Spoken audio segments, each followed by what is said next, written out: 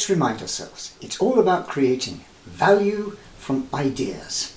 Great, but what do we mean by value? Well, that's an interesting challenge. Basically, value is something we care about, something we believe in, something that's important to us, something that we'll give resources to. We'll give our time, our energy, our money towards something that we consider valuable. Still a bit abstract, so here's a little test. Take out your phone, everyone's got a smartphone, and open up the home page, and of course what you'll see is lots and lots of apps. Now, some of those apps are there for functional reasons, you have to have them to make the phone work, but a lot of them we've put on our phones because they do something for us. Maybe they help make our lives more interesting. They're games to play or films to watch or something like that. They add something. Maybe they take out some of the pain. They make life easier. Booking train tickets, going shopping, things like that. Essentially, what we have on our phone is a good example of innovations creating value for us.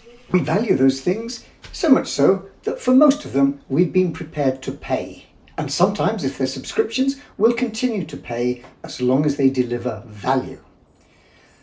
But everybody's different. So if I looked at your phone or at someone else's phone, chances are they wouldn't all be the same app because we all value different things. So if we're talking about innovation creating value, we probably need to remember that it's value as it's perceived, as it's experienced by the end user. That's going to be important. We can't simply think, I've come up with the best idea since sliced bread and I know everyone's going to value it. We need to think exactly who is going to value it and why. And we're all different. One of the tools we need to practice if we're serious about innovation is thinking about market segmentation. Recognizing that not everyone wants the same things, not everyone values the same things. So we need to think about markets, about the end users in terms of their characteristics. Let me give you a simple example. Maybe one of the apps on my phone is all about online shopping. And for me, that's a wonderful experience. It's taken away all the pain of having to make a shopping list, go downstairs, get the shopping bags together, go out to the car, drive to the shop, waste time in the supermarket finding all the stuff, loading it in, paying it, coming up. I hate that. Much simpler now to do a simple online order, which is probably something I can repeat, and then have the stuff delivered to me. Brilliant. I'll value that, particularly the fact that most of it is on the app. There is the delivery as well. I'm prepared to pay extra for that. But for me, online shopping, I value that innovation. For my neighbour, Mrs. Jones, it's a completely different story. She lives on her own. For her, shopping is a social experience. She values the fact that it gives her a purpose to the morning. She'll enjoy that process of writing the list, assembling the bags, going to the shop. Particularly, she'll enjoy the experience of meeting other shoppers, chatting to the cashier. For her, that world of online shopping is something that's actually rather negative.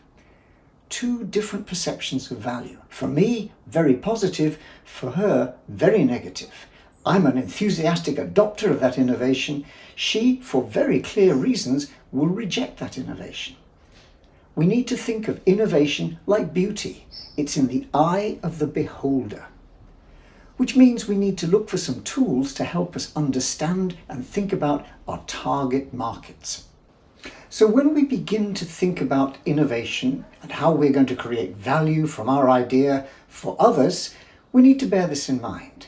In particular, we need to remind ourselves that what we start with is a theory. We believe, we assume, we guess it's a proposition. But until we test that out with real people, we won't know if they value it or which parts of it they value and which parts they don't like. Actually, that could be rather helpful. The sooner we start engaging with them, the sooner we can shape our ideas, our value proposition, into something that might actually be delivering value for them. So we need to start with a value proposition. And that's nothing complex. It's simply a way of writing down our first shot at saying, we believe that this innovation will create this kind of value for this kind of person, and If they value it, they will adopt it.